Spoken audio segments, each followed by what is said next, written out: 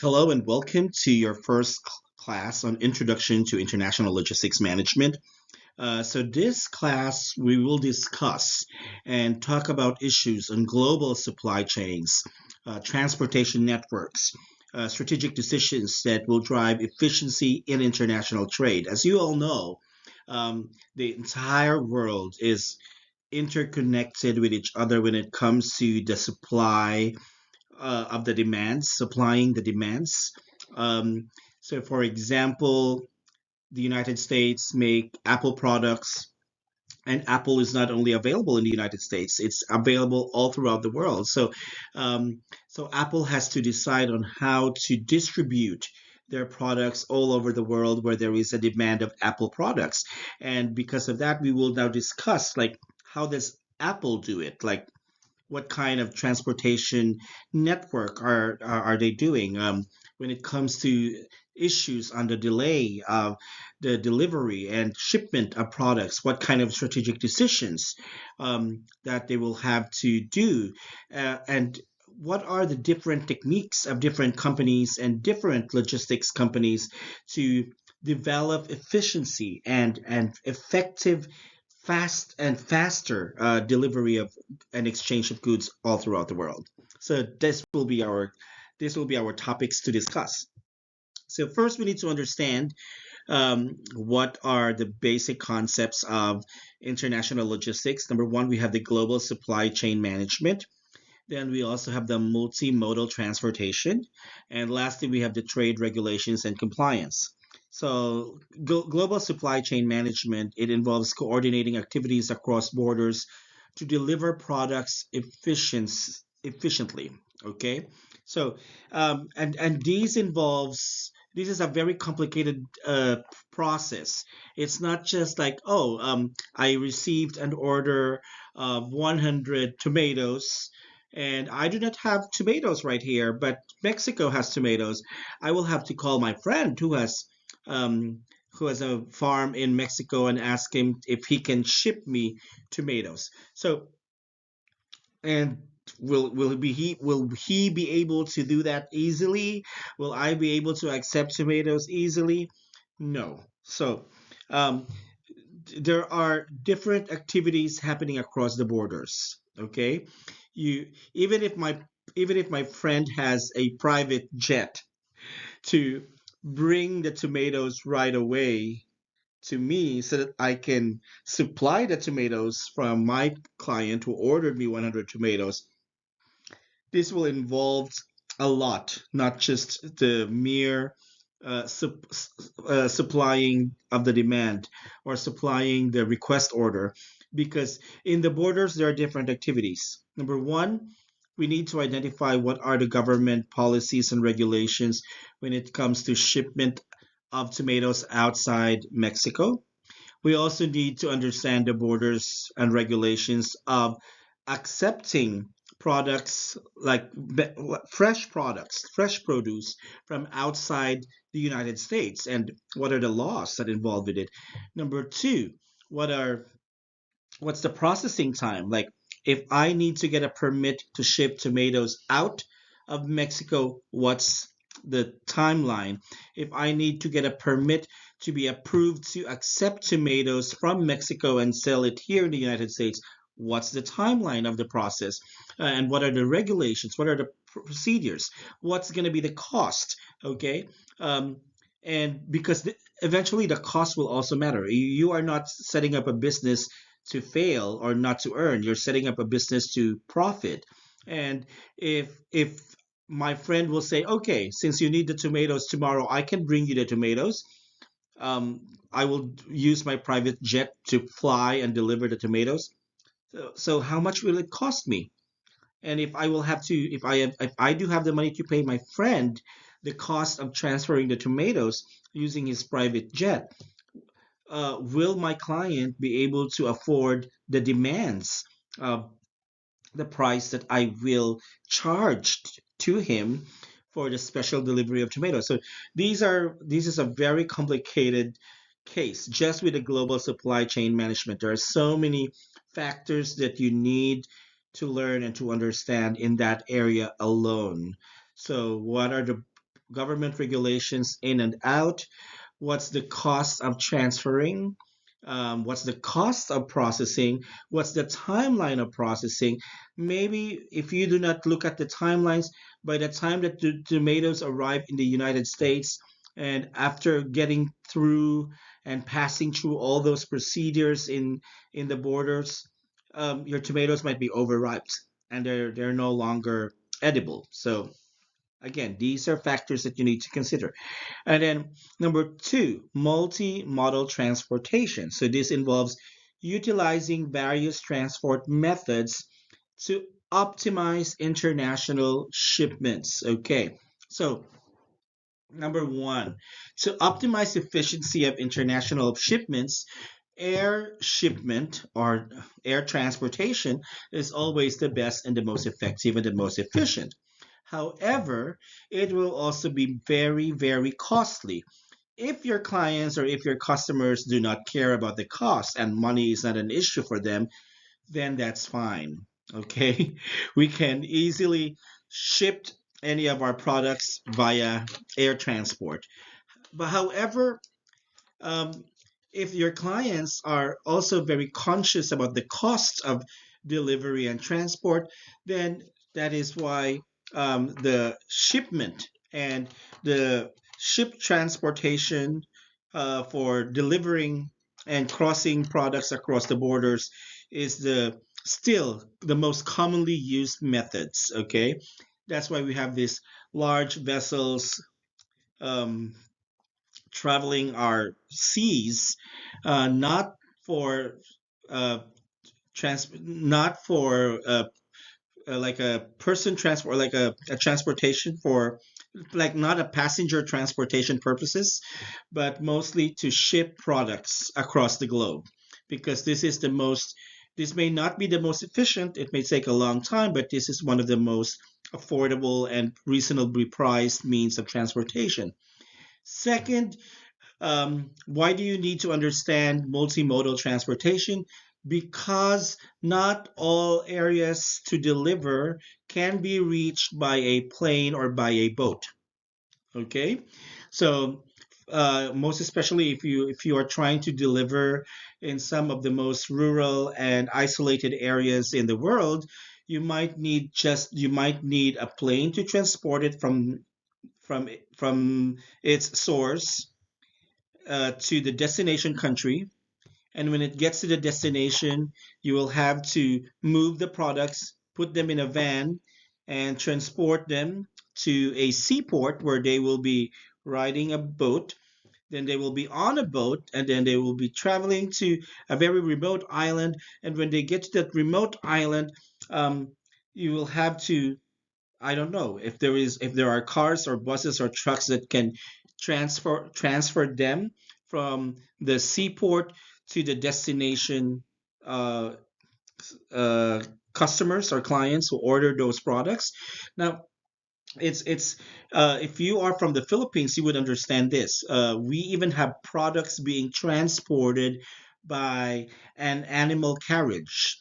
Okay, like a carabao or a cow. A carabao is like a bull, and we have this carriage attached to the bull, and all of these products are being loaded to that carriage, and the bull will have to pull the carriage up to the hills to be able to make those products available and accessible to the people in those isolated areas, isolated mountain areas in the Philippines. So um, again, if you are in a business of trying to deliver products across the globe or across the different areas, you of course you want to make sure that your products reach every customer that it can possibly reach. And if you want that, you will have to study how your products should get into these destinations, how your products should get into these places.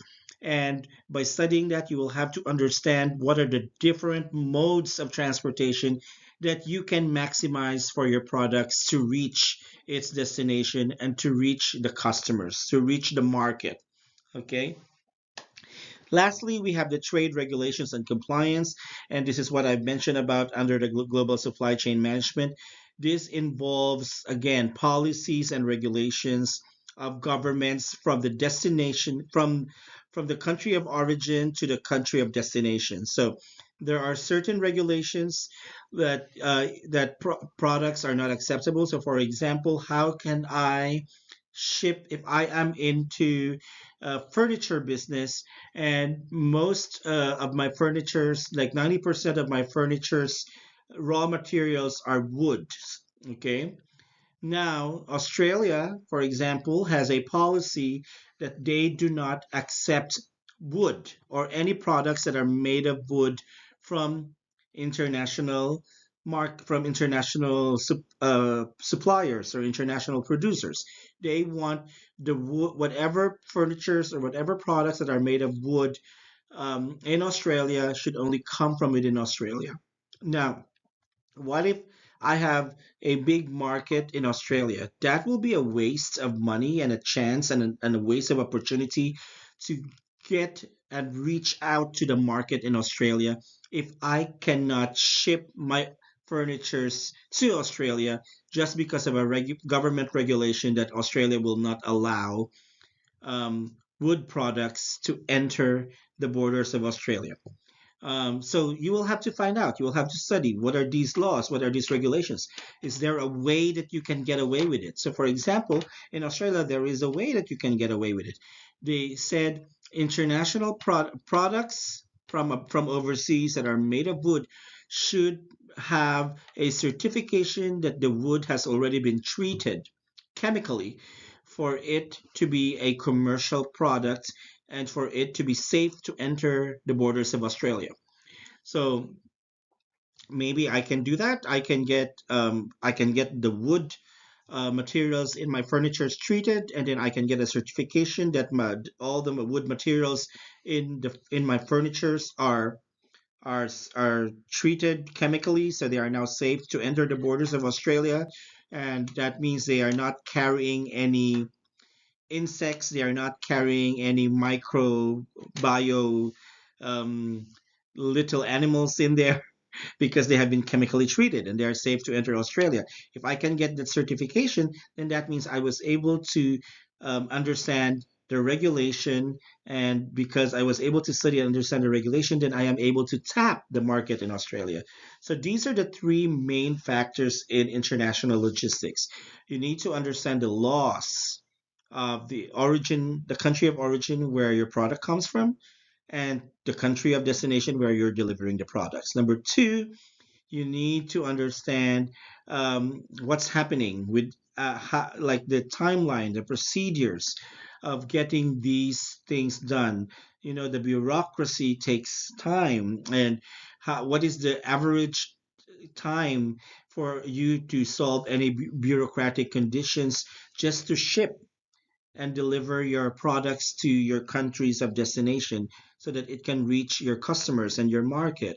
And of course, the modes of transportation that are available. Okay, so some countries have really advanced modes of transportations that your products can easily be delivered in a day or two, but some countries and some areas may have different modes of transportation, and they may have very limited modes of transportation, so your products will arrive in those destinations for a much longer period of time. And in that way, if you know, then you can give the proper expectations to your clients. So, and who are the key players in this international logistics? Okay, number one, the freight forwarders. Okay, freight forwarders. These are examples of freight forwarders. We have DHL, we have FedEx, UPS, USPS. Of course, I mean, you're not shipping you unless if you own a freight forwarder yourself, then you can ship your products at your own time, at your own cost. But most of the companies, they do not have their own freight forwarders. Most of the businesses, they do not have their own freight forwarders, and they rely so much on freight forwarders. That's why freight forwarders is it's I mean, international logistics such as freight forwarders are one of the biggest corporations in the world, because all the businesses are dependent on them for their products to be delivered and for their products to reach the proper market, the proper customers around the world. Then we have the 3PL providers. The 3PL providers, they are um, outsourced logistics services to manage supply chains. Okay, these 3PL forwarders are like they are also like freight forwarders, but they do not have their own forwarding services. So they basically um, provides the service of uh, helping you ship your products, but eventually they are more expensive because they will have to charge for their services, and they will also charge you for the services of the freight forwarders that they are partners with. Okay, so um, that because I mean, for example, if I am living in Big Bear, Big Bear City. Okay. So Big Bear City is a little town or a little town on the hills of, uh, on the hills up, is it north? I'm not sure. Like on the hills of San Bernardino. And it's lying on the edge or on the coast of the Big Bear Lake. Okay. So for example, in Big Bear City, I did not see any DHL. I did not see any FedEx companies that are there. So, so who's gonna what's gonna happen if you want to ship your products internationally, especially if your production or if your business is based in Big Bear? Does that mean that you will have to drive down all the way? Okay, so that will be an additional cost for your company to buy your own truck, to hire more people to stock the truck, to drive the truck all the way down to the nearest city with VHL or FedEx, so only you can ship your products to your customers around the world. Well, you don't have to do that one if there is a 3PL provider available in Big Bear. The 3PL provider will be the ones to collect your products, stock them in their truck, and they will be the ones to drive down to the nearest biggest city, and then they will let DHL or FedEx handle it. So, so this is like a an outsourced company, okay? So, but you instead of, but I mean, you're able to save extra for the manpower. You're able to save costs for buying a truck to deliver your products. You are just paying a little extra for the services on top of the charges of the freight forwarders. Okay. And then, of course, the custom brokers, because these are the people who are very much aware of the regulations in their own countries. And because of that, you need the custom broker's signature and approval before your product gets to be released out into the country to reach your customers. Okay. So when every time your product gets into a country or leaves the country, custom brokers will check it. If it gets an approval, it can leave the country. When it arrives in the country, the custom brokers will check it again, and if it's approved, then they can be delivered. Yes, we talked about this before, like modes of international transportation. So you have the freight, sea freight, or this air transport. You have I mean, the ship transport. You have the air freight, which is the airplane transport. You have the rail transport, which involves your trains and tracks. So, for example, like Amazon, they have and Amazon, I believe it's Amazon, they have their own rail transport. I mean, they have their own trains. Do they have their own trains, or did they outsource a train company? I think they outsource a train company to make sure that their products are being delivered across the states in the United States of America through the train. And there is also what we call the road freight, which is actually by delivering by car or by trucks. International trade documents. This is the it's this is involved in the in mostly in the regulations and in the policies in the countries of origin and the countries of destination. But these are also involved in the procedures with your supply chain. So For example, you have the bill of lading, which is the receipt of goods and contracts of carriage issued by the carriers. Okay, so that's the receipt issued by the carriers or the freight forwarding or the freight forwarding companies, um, telling you what's the content of that um, package or what's the content of this shipment. Okay. Then there's the commercial invoice, which details the transaction between the buyer and the seller for customs purposes. Okay. So um, this is where your buyer buys the product from you and you accepted the money. So in exchange, you are now delivering the goods. So you must attach your invoice or your receipt, okay, that you have already been paid or you have been paid half of it. And then the agreement is that once the customer receives it, they will pay the other half as long as you can show that these products are being delivered to that country of destination because there is someone who from that country who ordered these products, okay. And then you have the certificate of origin, which this is a document that declares the country where the goods were manufactured or processed, okay, where it's being made, and the packing list. So the packing list is the itemized package contents, weight, and dimensions. Even the price is in the packing list. So what's the what how much did it cost you to make this product? What's the content of this product? What's inside this product? What's the weight of this product? It's all in there. This is and the reason why we have these documents necessary is for the customs broker to read it and look at it. If they want to check it, they can check the product, or if they're happy with what's printed in all those documents and those documents look complete and legit, then the customs broker can easily release it and certify that it's good to go. Okay. Incoterms in international logistics. What are Incoterms? These are terms that you need to understand. When we say EXW, that means X works. So this is the seller makes goods available to at the premises. Buyer assumes all risk.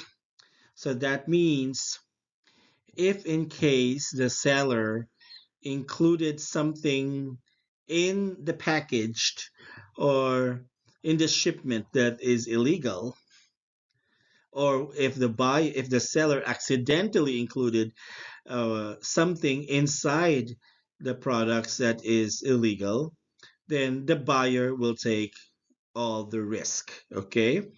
So, for an example of this is now, if you have noticed in the news that there are some products from the Philippines who are made available in the Asian grocery shops here in Los Angeles. It's called the banana ketchup. Okay. I know the ketchup that is available and widely used in the United States is the tomato ketchup by Hans. Okay. Now, in the Philippines, we have a product because we have an abundant supply of bananas in the Philippines. We created banana ketchup. It may not be very popular amongst other nationalities, but banana ketchup is widely used in the Philippines. And so when we have banana ketchup, it's now because of so many Filipinos in Los Angeles, the company who makes banana ketchup made banana ketchup available in America. Okay, and but they are just the seller. The buyer of these banana ketchups are the Asian grocery stores that are here. Okay, so they buy this banana ketchup and resell it to the consumers as a retail product. So they buy in volumes, you know. So it's an EXW, that means X works. So regardless whether all the banana ketchups will be sold or not, the buyer will take the risk. Okay, they cannot return back those ketchups that expired and were not sold. Okay, they will have to take the risk whether those products will be sold or not. Number two, now that um, uh, what do you call this one? The the customs broker, okay, the customs or broker submitted the report um, for these products to go. Some of these reports will get into the hands of uh, the health public health officials. Some of them will get into the hands of the international products control officials. So now the public health officials realize that the banana ketchup from the Philippines has a higher content of a certain chemical which can cause cancer. Okay. So now the health public health office of Los Angeles said um, that these Asian grocery stores should recall the banana ketchups that they were selling and should stop selling the banana ketchup because of its content that may be at high risk for people to develop cancer. And because of that, all these grocery stores lost a lot of money. So that is also an example of an X word. FOB, that means free on board. Okay, that means the seller delivers goods on board the vessel. Okay, transfers at ship's rail. Hang on. The risk transfers at ship's rail. Okay, so I think you understand that one. That the risk is on the shipping, not the seller, not the buyer, but the freight. Okay, and then CIF. Oh, sorry. How can I go back? Okay, sorry about that. CIF is a cost insurance and finance. So we will discuss that one later. Let's proceed with this one. These are the challenges in international logistics. Number one, cultural differences. Of course, navigating diverse business practices and communication system can be very challenging. Some countries have this practice of payment upon delivery. Some countries have this practice, cultural practice, that before the products are shipped, they should be fully paid. So, and because the language barrier might add to it, so there are like issues on um, the shipment and the delivery, and that's why there's like some issues of delay. Okay, so cultural differences. Number two, political instability. So this involves both the countries of origin and the countries of destination. So there's a lot of risk when there is a political turmoil or when the international relations between the two countries are not good, are severed. Okay, for example, the US and China. If Chinese products are coming into the country, the United States may or may not accept it, or if they do accept it, they might charge high tariffs or high taxes. So to show that there's no a that they do not want the people to buy these Chinese products. So they put in exorbitant tariffs or high tariffs so that the products will become very expensive. So that's one issue. Infrastructure disparities, so adapting to varying levels of transportation and technology infrastructures.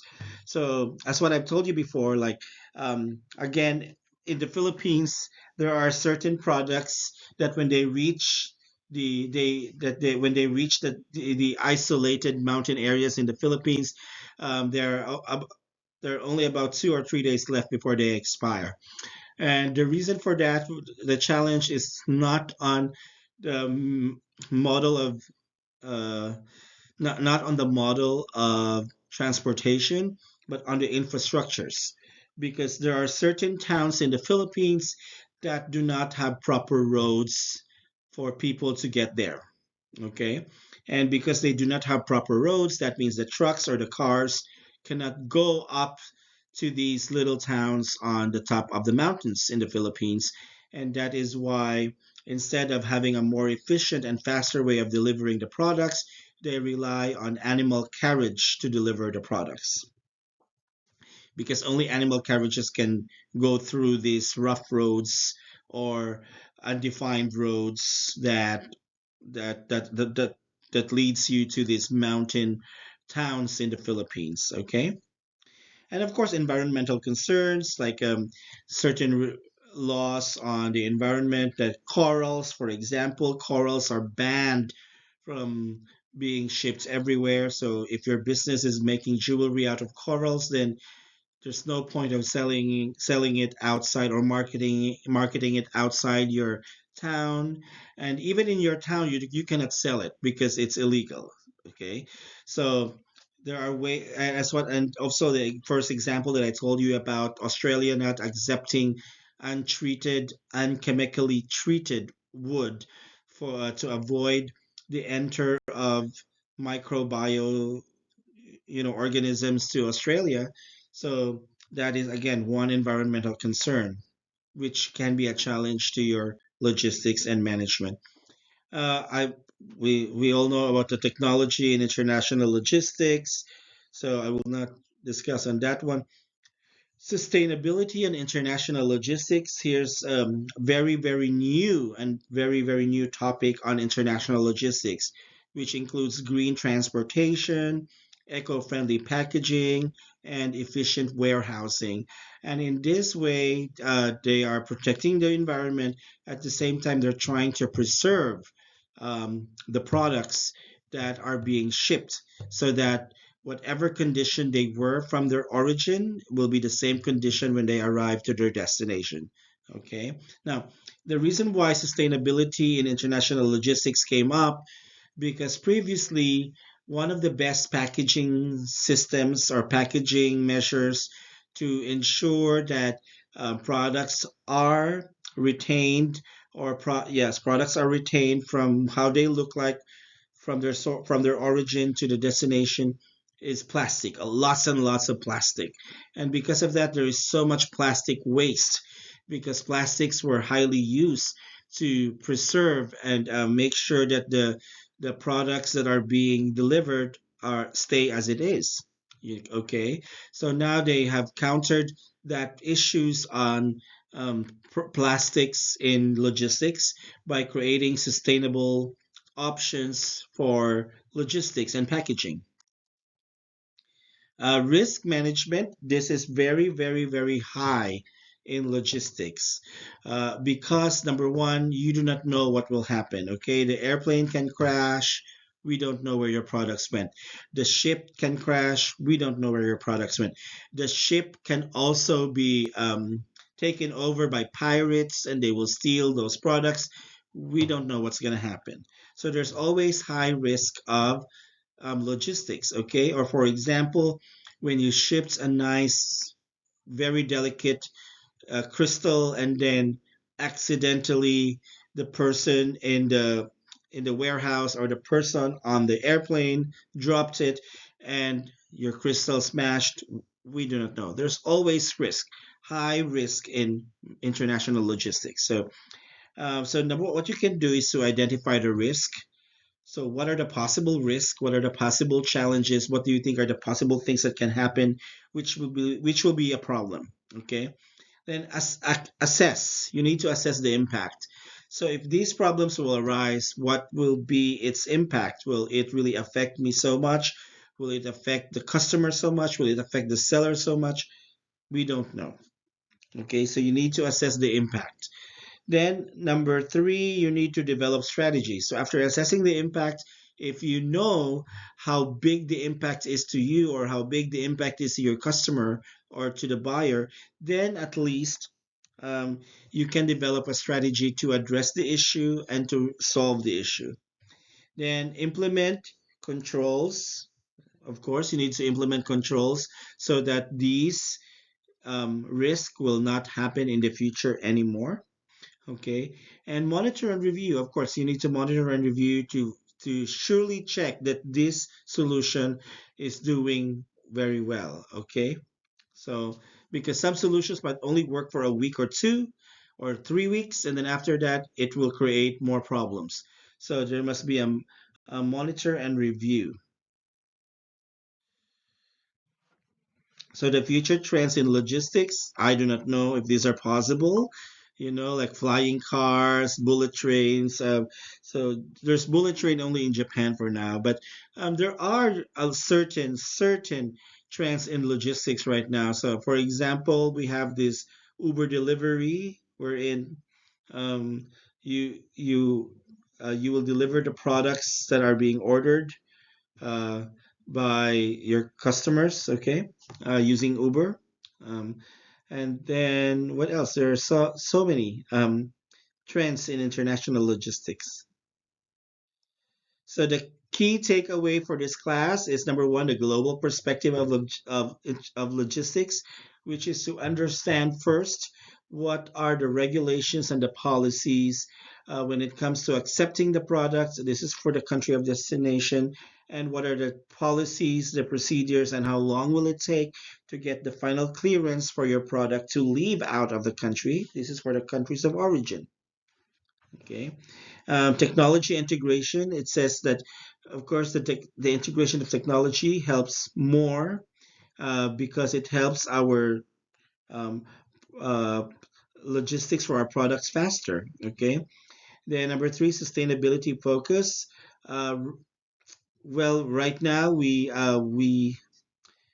must focus on sustainable phases of logistics management, because as what I've explained before, there was no environmental concerns before that, but now that um, people are experiencing a different kind of heat for this summer, so sustainability focus should be also one of our major topics for um, this class. And lastly, adaptability. This is flexibility in strategies key to navigating the complex international landscape. So that's that's uh, that's one of the things that we need to learn for international logistics. So now this is just an intro to international logistics. At least you have now the basic idea on what are the complexities of shipping and accepting products from overseas. Okay, so that's our the reference for this class is entitled Handbook of Research and Applications for International Transportation and Logistics for World Trade. It's written by Sehun GC and Kesser HY in 2020. So thank you very much for listening. I hope you will have a great time and see you everyone in the next week's quarter lecture. Thank you. Goodbye.